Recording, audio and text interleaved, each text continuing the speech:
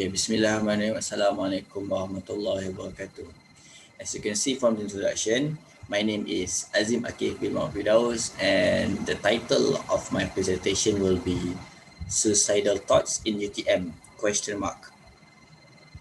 Do you want to know why did I put that question mark?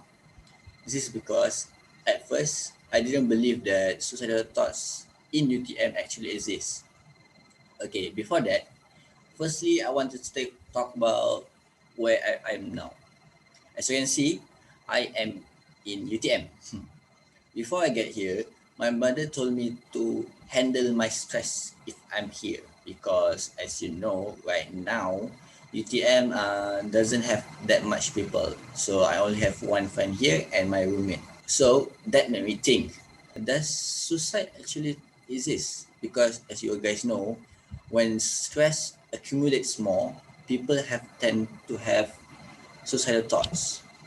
So that's why I was thinking that does it really exist? Suicide thoughts. I mean, that's extreme. That's really extreme for someone to have suicide thoughts. So I don't know exactly, but I do intend to do a bit of a research of suicide thoughts. So here I am going to discuss how suicide thoughts actually exist, or it doesn't. What I am sharing to you right now is actually a screenshot of the news, one news that I just got like a month ago. At first, when I read this, I was totally shocked.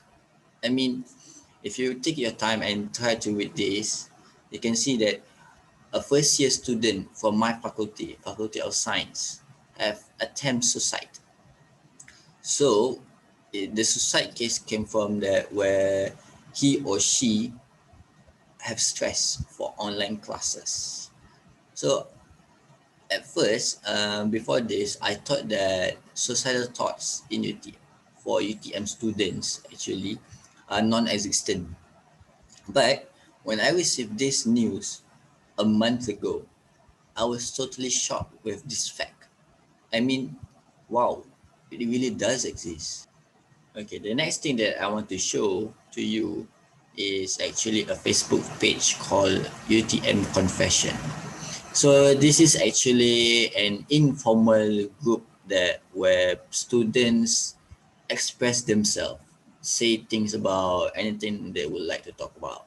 So when I search this suicide,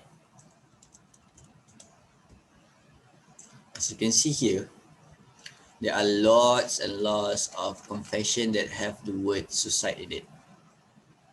But what I want to show to you is actually this. There are a few that I want to show to you guys.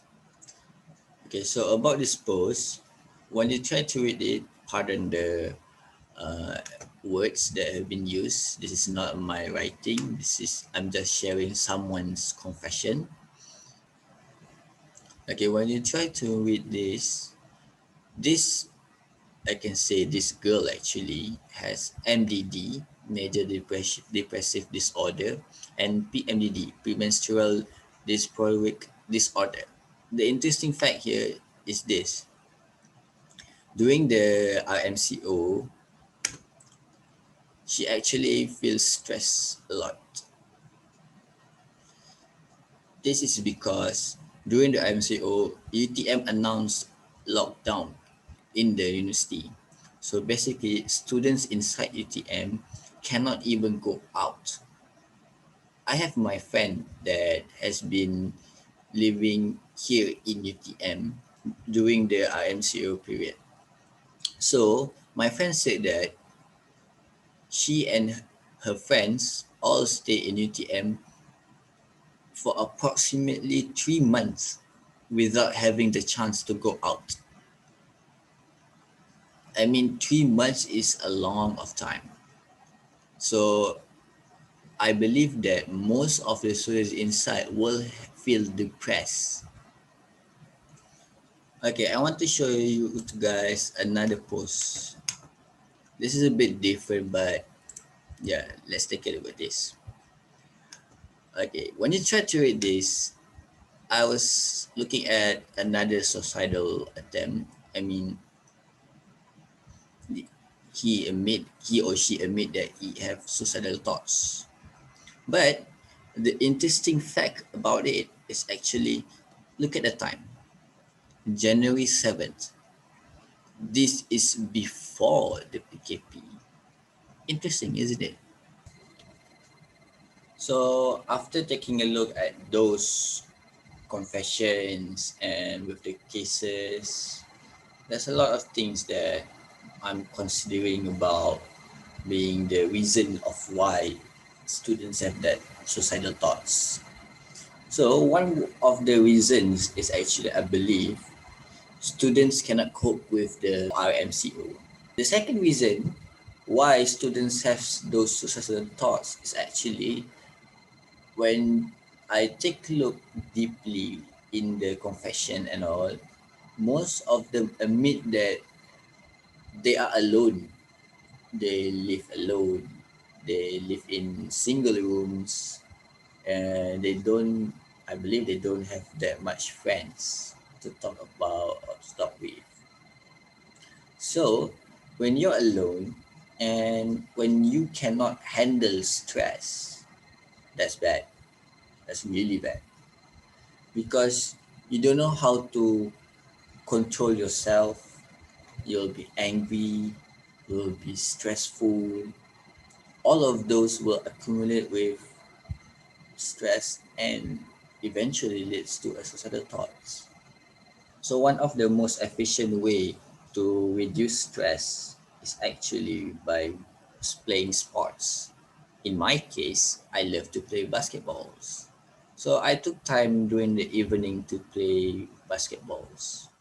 Okay, so right now I am doing my work, and to be honest, I don't have quite the mood to do so. So when I'm feeling like this actually can be quite stressful for me. So my ways is actually I go to my locker and I took this a chocolate. Believe it or not, it works for me. Chocolate reduces my stress. So those are the ways that I reduce my stress. I believe that by reducing your stress, you can actually prevent from having suicidal thoughts. The most important way to handle stress is actually to talk to someone. Take your time, call your parents, your siblings, video call them, and even you can call your friends. What reduce stress? It makes you feel good when you talk to someone. You won't feel alone that way. So by doing this assignment, I learned quite a few important things actually. First and foremost, suicidal thoughts need to really to exist, and I believe that it's important for us to actually know the situation of the people around us, our classmates, our roommates, the person who live the next room to us. So we need to actually take care of them. We need to know how I do it doing and all. Don't leave them alone. Talk to them. Don't make them feel alone. This is also applicable to for those who are at home now. I believe that people may look that they are okay, but deep inside, I believe most of us have problems. And I just hope that those problems doesn't lead to suicidal thoughts.